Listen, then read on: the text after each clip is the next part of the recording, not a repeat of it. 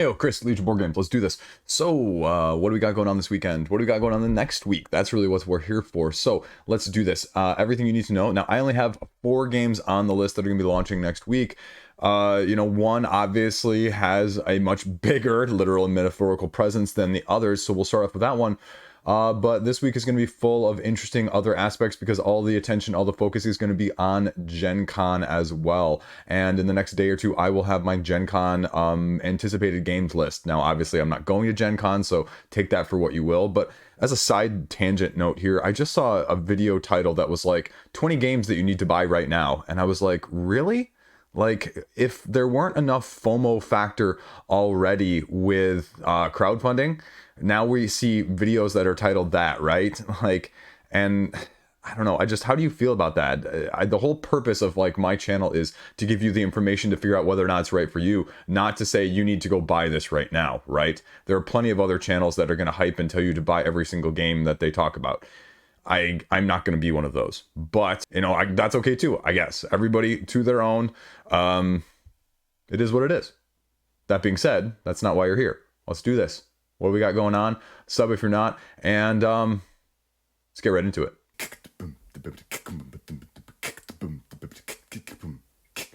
First up, we're just going over to the Kickstarter page because it's the closest thing and the most information that you're going to get from this. This is Arcane Wonders. This is Foundations of Rome. Foundations of Rome is launching with a new expansion.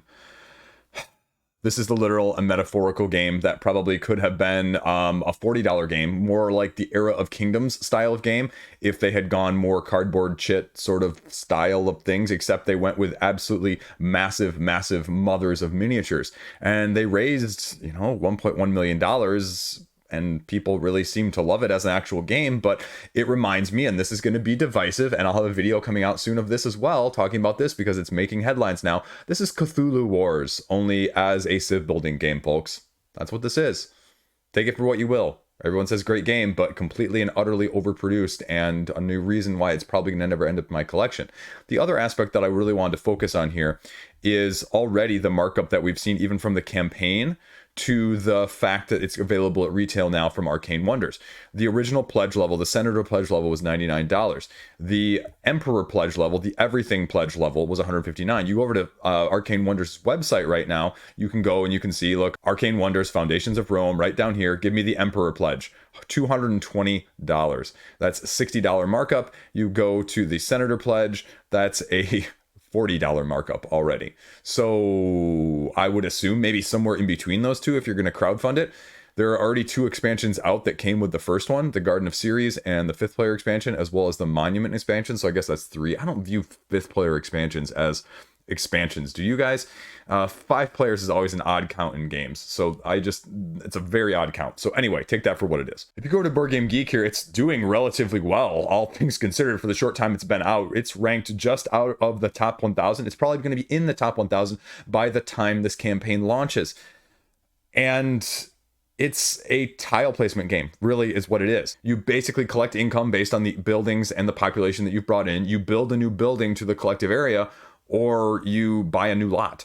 And those are your 3 mechanics. But in the essence of it, it's a tile placement game with extra miniatures. Here's the main setup. You have your own individual player board, and you're going to be putting your miniature buildings, massive buildings, on the main board, like I mentioned, in terms of buying lots and placing them in that order. I talked about the Monuments expansion here, all new epic buildings, and they give a little bit more content description here. Really, when they go down to the stretch goals here, there was really nothing except for a few upgrades and a few additions, but nothing exclusive, so nothing you're going to miss out on the first time if you missed it in that sense.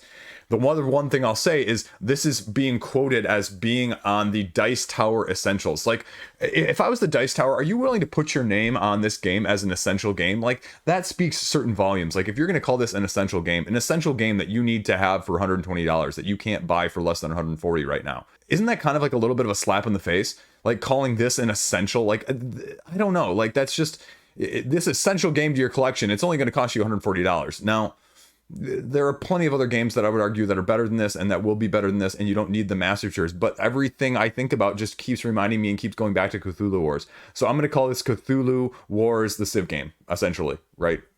Cthulhu Wars Rome. There you go. Take it for what it is. It's launching on the 2nd. It's going to raise a ton of money because I know a lot of people are missing out, and people are going to be hoping for better deals than what you can get on the website right now. I would imagine, like I said, it's going to be something in between, but you can get Sundrop as well. So if you really want to spend $270, you can get a whole Sundropped edition of it. So take that. So there you go. That's it. That is number 1 on this list. Everything else is launching on the 2nd as well, in case that wasn't clear. Next up is Ivion. This is the 1st edition cover of the game, but that's actually a 2nd edition that went on a Kickstarter crowdfunding last year. This is an asymmetric deck building dueler type game. And just for reference here, I got a copy of one of the standalone expansions of the 2nd edition sent to me by them. And I haven't had a chance to play it yet. Obviously, it's still in shrink. But what they've done, instead of making you buy like a whole set and having them all together and having the price point be up, they separated it out into character packs, essentially, where they matched up 2 characters together. And I think they had like 3 of these, if I'm remembering the last campaign. So this one, for example, is the Hound and the Hare. This is 2 different characters. You have the Saint and the Illusionist. So the Saint is just, flat out, we're going to boom. And the Illusionist is, well, what you would think of Illusionist, like playing, fainting tactics, where the Hare is just smash them up, go straight forward. So I'm going to hopefully have this played in the next week or so that I can talk to you a little bit more about it firsthand and see whether or not this is something that I would like. This maybe gives me the more of a vibe of a deck builder meets Summoner Wars, if you will, if that makes sense. Now, it says 2 to 4 players on the Board Game Geek website, and you can just mix and match. And I'm assuming you can do team versus team, not really 4-player free-for-all. 4-player free-for-all in a game like this is sort of like Dice Throne, where everyone complains about King of Tokyo being take that and gang up on the leader. Like, that's what this game, but even more so Dice Throne does. And that's why I really didn't pick up a copy of Dice Throne previously, because if I want to play a game like that, I want to be able to play with 4 players equally and not just like one-on-one in that sense. And so those games are better in 2 players, in my opinion. And this might find a little bit better compromise in that sense, and that's also launching on the 2nd. Next up, launching on the 2nd, we have Tiny Robots Love Doctors. Take that for what you will. This is somewhat of a 1 to 4 player cooperative game, and then they say the solo gameplay is optimized for that number of players. And so they go over to their website to get more information, but there's not really a whole lot of more information. It's almost like Tetris, it looks like, in terms of the pieces that you're going to be putting down. But I don't really know what else is kind of going on. Now, if you're 81, you can't play this game, it says right here, 8 to 80. So anyway, it's kind of like the Legos, right? Like, if you ever seen that, like the Lego boxes say like 9 to 99 or something. So once you turn 100, you can't do Legos anymore. It's the rule. Multiple levels of difficulty and customizable game mechanics. Friendly mode, hostile mode. I have no idea though what you're actually doing when it comes to this, and even the Board Game Geek description doesn't give anything more than what's on there. So cooperative puzzle type indie game, take that for what you will, but it's launching on the 2nd as well. Last up, launching on the 2nd, we have 535, which is an interesting trick-taking style game where you're going to be laying your cards down, trying to be the first one to lay all your cards down. The point of this game is to play all your cards or to be the one with the least amount of points in your hand when the round ends. And essentially, it's going to be playing sort of like a poker-style cards. It very much reminds me of Scout in the sense you're playing runs. Runs either of 3 consecutive cards that are higher, so like 1, a 7, and a 10. Actually, I don't think there's 10s. They say 6 and 10 are outside of the ranks. So like 1, 4, and 7 in that sense. Or 2 or more of a kind, essentially. Like 2 1s, 3 1s, 4 1s. Or a run, a straight. And you either play down a whole set that is better than somebody else's down there, or you add to somebody else's set. And when everybody passes, then the round ends and you score in that sense. There's a few other twists and turns. Actually, it's everybody but one person passes ends the round. And then there are rules like if you play an 8, then that immediately... And then you have Hanafuda and the 100 Tori. I said over 40,000, one of the two. Either way, 49,000 is what it ended with. So let's go back over to the main page here and let's see what we got going on. You know what? We're going to talk about the 3 big ones here. We're going to talk about Euthia. Euthia is at 921,000 pounds right now, so $1.1 million. Does it break? Ken, because next week it's going to be done by the time that this video airs. Let's just go with, does this break $1.65 million? And I'm going to go no. I'm going to say that this is under that amount of money. Go back over here to Dark Tower. Dark Tower just below that at $1 million, just breaking that, but it has 19 days left. So let's put at the launch time of this video, Again, I think this one's going to taper off too. It's already got 9,400 people in, and it's going to end up with probably nearly twice that. But I think the next week or so is going to be relatively slow. So let's say $1.3 million, and I'm going to go under on that one as well. And Bloodstones has finally funded, and all of a sudden it shot past its funding goal, is at 150% of its funding goal now that it's funded, and they're throwing in extra maps and extra factions. And we're going to see how high this one goes. And this is Australian dollars. So let's just stay in Australian dollars for the sake of convergence here. I don't really know what the convergence is, or the conversion, not convergence, the convergence of two sets of currency. Anyway, that's what you get in Liege and not other channels. Let's just go 110,000 Aussie dollars. And I will probably put that one under. So there you go. Now we're going to do something a little bit different here for the first time. I mentioned it previously that I'd be talking about value a little bit. I'm going to give you my speed date version of these campaigns, good value, what you should be backing, and just a little bit about them. So let's start with the ones that are clearly by far and away the best values. These are the roll-in rights. The roll-in rights that are going to fit in your closet. They're going to fit anywhere in your collection. You can print them. You can throw them away. You can reprint them. You can get limited playability out of them just by laminating it if you don't want to reprint them every single time. This one is going to get you $12 for infinite replayability of Sunshine City. I screwed that up last time, and I got to be careful how I say that word, otherwise something bad might come out of my mouth. And it's giving you a bunch of different unique maps that you can make on your own there for $12. So shipping is going to be very expensive. If you get the higher level pledge, it's going to raise the bottom level pledge infinitely up to 0 to 0. So you need to be aware of that, but you get everything you need in there. And you could probably just get the $5 one if you only want 5 unique cities. And that's probably going to last you more than enough anyway, even if you don't want the infinite replayability, because you haven't played all the other expansions in all your games anyway. So you probably never play all 5 of these, right? I'm in that comment too. Don't worry, I'm not singling out you guys. I'm definitely there. So the next one up is Aquamarine. This one's going to be ending 48 hours. And Postmark Games, I just cannot say enough good things. I think this is a unique roll and write. I think this is different than what's being done out there in the first place. They've shown us what they can do with Voyages. They've shown us the support that Voyages has gotten and the community support from it from that aspect. And so I don't think there's another better value out there for $5 print at home right now, period. You won't have a better play to pay ratio in your collection. I guarantee it from that aspect. And you can probably get Voyages, I think, as well. So if you really want, go check out Voyages. It's almost like a easier to get to the table version of the other hit that's come out recently that really is very eerily similar of Guild of Merchant Explorers from AEG. Then we're going to go back over here to Moonrakers. Moonrakers is incredibly expensive. Moonrakers is incredibly expensive for what it is. You're going to have to buy the base game. You're going to have to get the expansions. The expansions are going to change it for what it is. Value-wise, with these deluxifications, with these games, I almost always say that you're better off waiting and buying on the secondary market. Now with this one, value-wise, this is a very tricky one to go on because the Moonrakers hasn't been widely available at retail. And so it's really, do you want some of this? Do you want to bank on this? Is this a deck builder? Because it does things so differently, will you value it in that sense? Because otherwise you're better off probably waiting and trying it on the secondary market or trying it online to see whether you like it or not first, because you may like one of these expansions more than the other expansions. So I would say probably if you're looking at it at all and you can't get it elsewhere, you get the base game, and the base game alone, that's probably the best value right now, period. And then you pick up one of the expansions, the one that suits your fancies, depending on how you like the base game and what aspects or not you like of the base game in the first place, secondary market, or even at retail at a later point. And that one's probably going to be the most controversial. People are not going to like that probably, but that's how I feel about it, at least right now. Star Realms, I'd say right now, Star Realms, the deck builder legacy campaign style game that has 13 missions in it. I don't think the replayable kit is really something that you're ever going to use. It allows you to play it without stickers though. So how do you feel about stickers? That's probably the only benefit.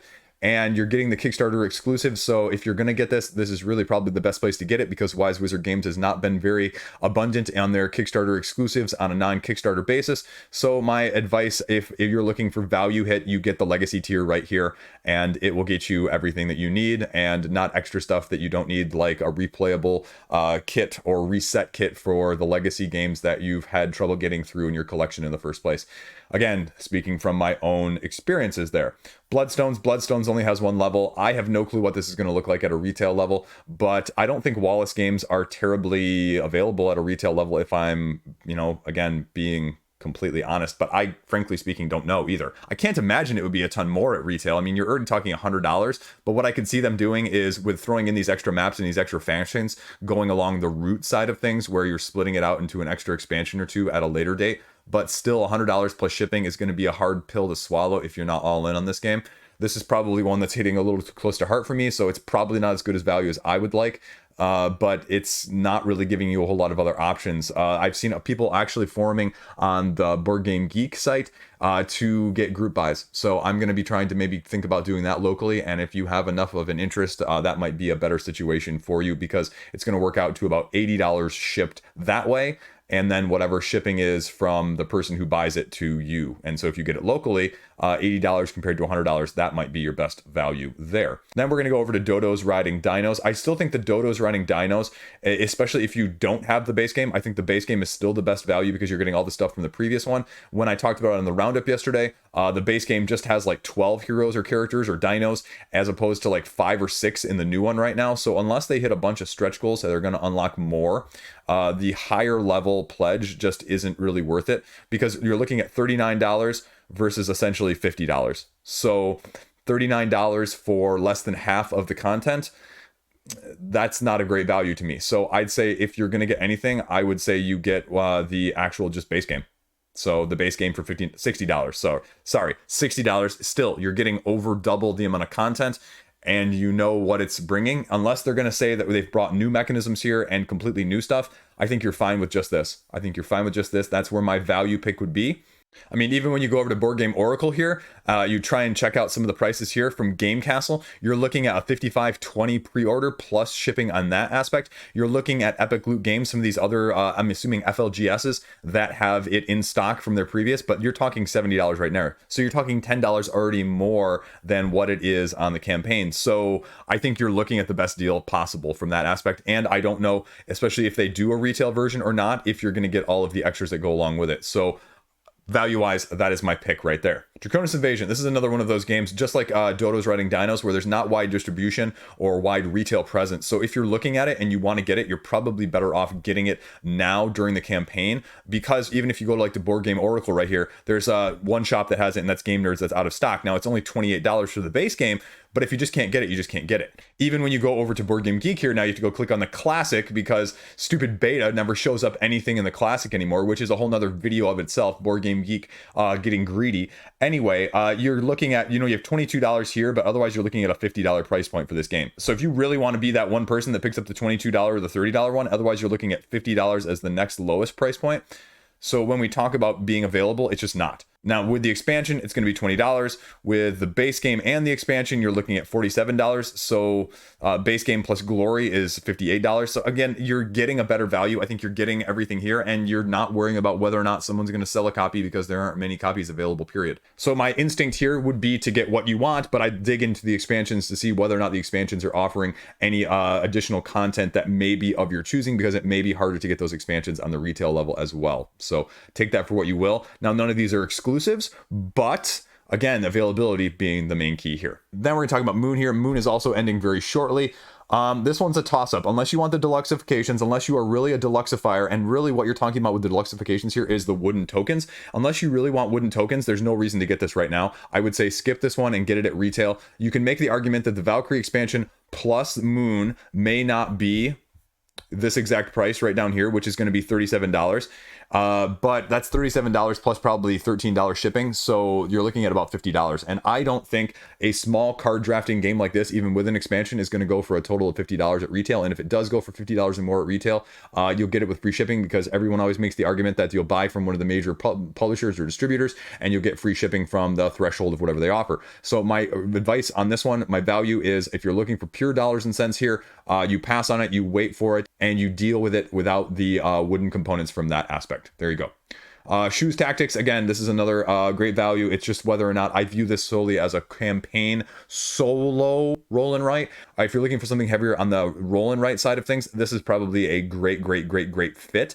But as someone who's not a solo person, if I was, or if this was more designed to be cooperative, now they put in a cooperative mode, but I almost worry that it's not going to be as good at cooperative. Now, I give them kudos for doing it, but I almost wish they wouldn't. Just stay true to whatever your vision is. Don't try and make other player counts work. If you're designed for a solo, that's that's where I'm going to hype it at and talk about it and give it the most interest. So if you're a solo person here, if not, I'd sort of wait and see, but also it's $6. So if you can afford to do it as a cooperative 2 or 3 player game and see what it is for $6, that's also not bad value either way. It costs you, a third of your shipping for other stuff. So take that for what you will.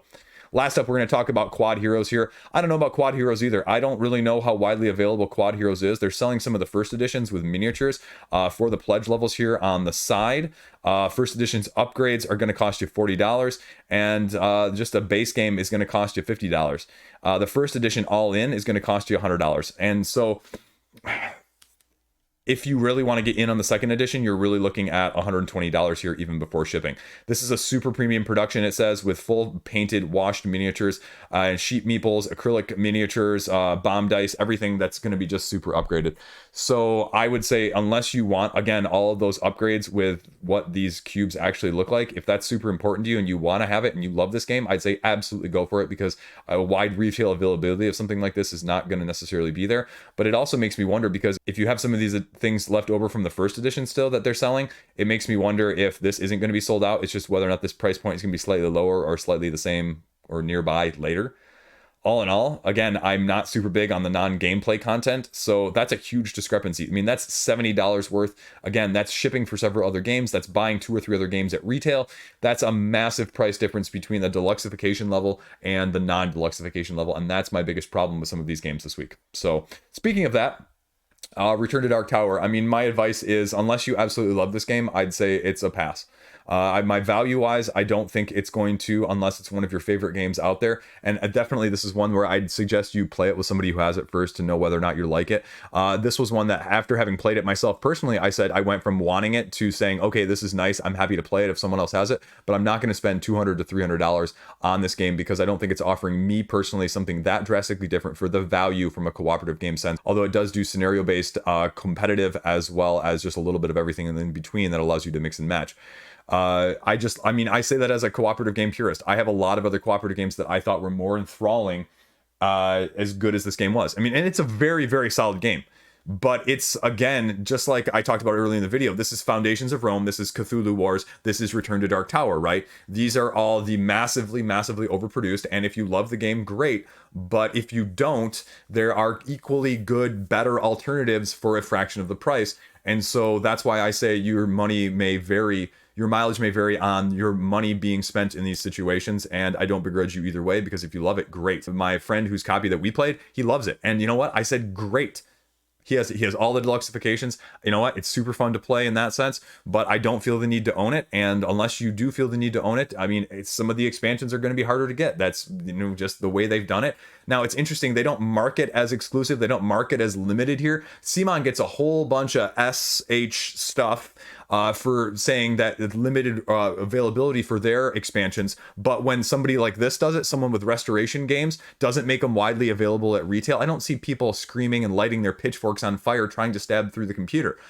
So it's just an interesting dichotomy about who does what in this community, and just the companies that get that and the companies that don't, because there's no difference, essentially, most of the time, at least in my opinion, or my view. Maybe I'm missing something, but take that for what you will. It reminds me of several of the ones from like Rise of Moloch. So there you go. So last up here is Euthia. Euthia, I mean, it's on the lines of the over-deluxifications of everything else.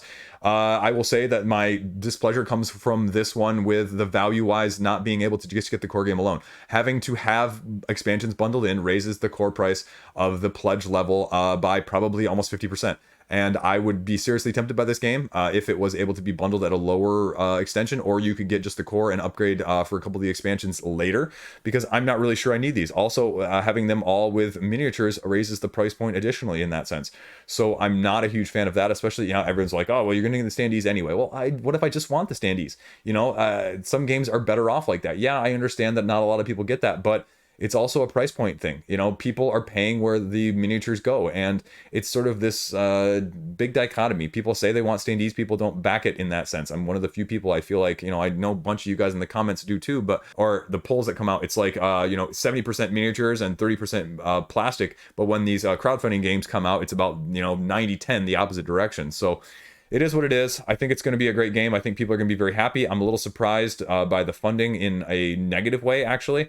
You had 13,000 people following, which is great. Essentially, people say that you're looking for 10% to actually back. So, I mean, they're well over 10%. But I wonder if this number would be like 6,000 if you had that $100 pledge level as well. It's just another interesting test point and a what if from that aspect. That is your crowdfunding value. My opinions, solely subjectively based, in a quick minute of every single one that I covered this week.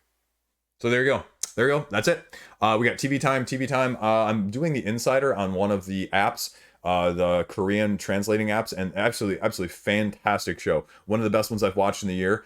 And another one that just came out on it as well. It's called Crime Drama. Horrible name translated. But it's really good so far. So I'm really intrigued by it. It's basically like a more complex Prison Break without all of the craziness of like 16 seasons after to make it like jump the shark. So I'm doing that. I think it's like the Viki app. Viki. I think that's the one I'm using for the most part. I haven't really gotten into anything else. I finished Solar Opposites on Hulu, the third season of that one. I don't know. I have mixed feelings about that one too. It's similar to Rick and Morty, but also different. It's a little bit too vulgar at times too. I mean, they've got some good concepts. They've got some funny tropes on there, but at the same time, it's just, you know, it feels like they just need to swear every other word for the sake of swearing. And some of those shows and some of those creators behind it just don't see the, they just apparently don't know any other words to use at times. You know, they got to make everything expletive this, expletive that. So that's about all I got. Watched a couple movies this past weekend with the kids, and you know, did a couple of family movie nights. So we watched a couple of the new Netflix ones, and we watched a new Muppets in Space one, Muppet from Space, that's what it was. But that's about it. Otherwise, I just need to get some things played this weekend. I got a couple 2-player games that need to get played, like things like Ivion, things like Token Terrors. I need to get that one played. Empty Throne from Small Box Games, giving that a shout out. Need to get that played. I had a couple reviews over on the old computer before I upgraded, and so I had reviews of Meeples and Monsters as well as Veiled Fate that I never ported over. So I need to figure out if I'm going to try and port them over or if I'm just going to try and redo the review, and I don't really want to redo the review, so I'm probably going to port at least part of it over. But I want to get some of those out this week too, because I forgot about those on the old computer as I transitioned. So I need to see where those are at and see if I can salvage them. So we'll figure out how to do that. It'll work out. So, as always, that's about it. I got nothing else. Slowly on the climb to 6,000, sitting at like 5,999 for like the past like 3 or 4 days, and still hoping to get to 10,000 by the end of the year. But summer has really slowed off, and you know what? It just is what it is. You know what? Nothing I can do. Tell your friends, tell your communities. I'm putting quality stuff out there, more reviews, more opinions, and everything else in between. So that's all I got. Stay classy. Thanks for watching. Have a great week. Play something or not, and just have a good time. Watch out the hot weather, though.